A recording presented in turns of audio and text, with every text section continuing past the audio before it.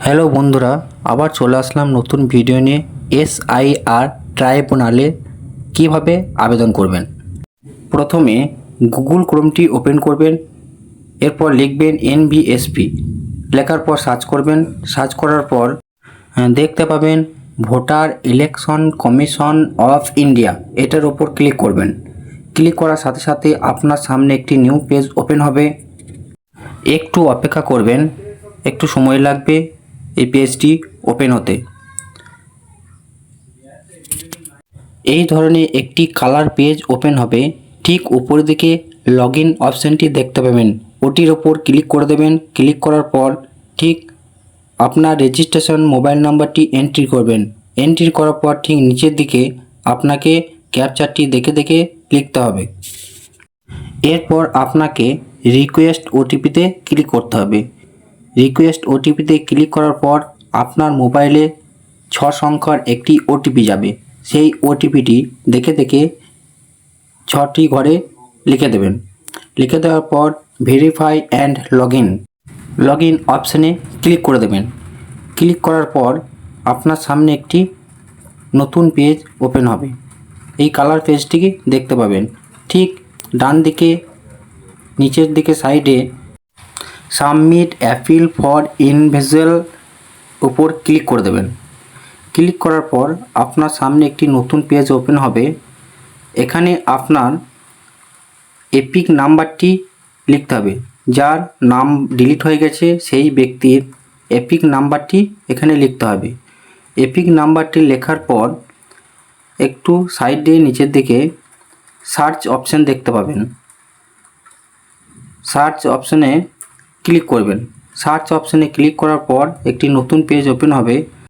এরপর সেই ব্যক্তির ভোটার কার্ডে যে নামটি আছে সেই নামটি দেখে দেখে সঠিকভাবে লিখে দেবেন। ঠিক পাশে দেখতে পাবেন মোবাইল নাম্বার, সেই ব্যক্তির মোবাইল নাম্বারটি এন্ট্রি করবেন। তার নিচের দিকে এপিক নাম্বারটি আবার লিখবেন। লেখার পর মোবাইল নাম্বারটি লেখার পর আপনাকে ভেরিফাই করতে হবে। ভেরিফাই মোবাইল নাম্বার করার পর আপনার মোবাইলে একটি ওটিপি যাবে। সেই ওটিপিটি দেখে দেখে লিখে দিয়ে আপনার মোবাইল নাম্বারটি ভেরিফাই করে নেবেন। এরপর আপনার এপিক নাম্বারটি ভেরিফাই করার জন্য এপিক নাম্বারের ঘরে ঠিক পাশে রাইট ক্লিক করবেন। রাইট ক্লিক করার পর আপনার এপিক নাম্বারটি ভেরিফাই হয়ে যাবে। দেখবেন পাশে গ্রিন কালারে দেখাবে। এরপর আপনাকে ঠিক নিচের দিকে আপনার অ্যাড্রেসটি সঠিকভাবে লিখে দেবেন। লিখে দেওয়ার পর তার নিচে দেখতে পাবেন ব্রিফ, এই অপশানটি আপনাকে আপনার সমস্ত তথ্যগুলি লিখতে হবে।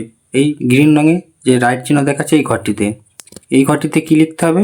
লিখবেন, আমার সমস্ত ডকুমেন্ট ঠিক থাকা সত্ত্বেও আমার নাম ভুলবশত বাদ দেওয়া হয়েছে, যাহাতে আমার নাম ভোটার লিস্টে তোলা হয় তাহার সুব্যবস্থা করিবেন, এই কথাটি লিখে দেবেন।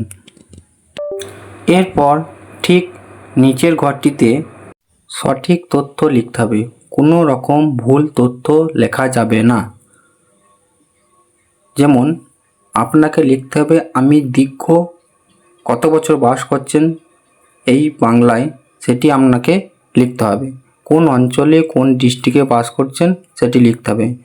আমি সমস্ত ডকুমেন্টস দেখানোর পরেও আমার নাম ভুলবশত বাদ পড়ে গেছে, যাহাতে আমার নাম ভোটার লিস্টে ওঠে তাহার সুব্যবস্থা করিবেন, এই বলে আপনাকে আবেদন করতে হবে।